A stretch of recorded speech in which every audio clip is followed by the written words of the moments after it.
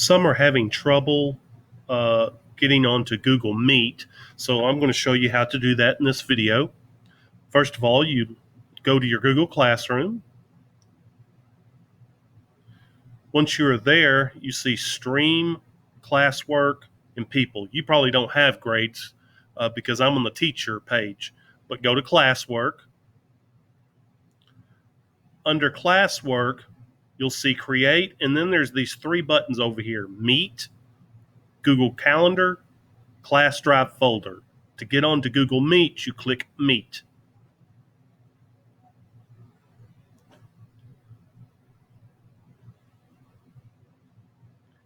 If I am already on there, you'll get a page similar to this.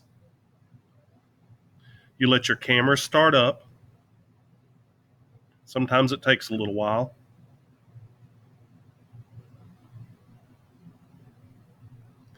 And then you'll click on Join Now. When you click on Join Now, you'll be put into the Google Meet. If I'm not there yet, you'll get something saying that the teacher is not there yet. I hope that helps you get onto Google Meet.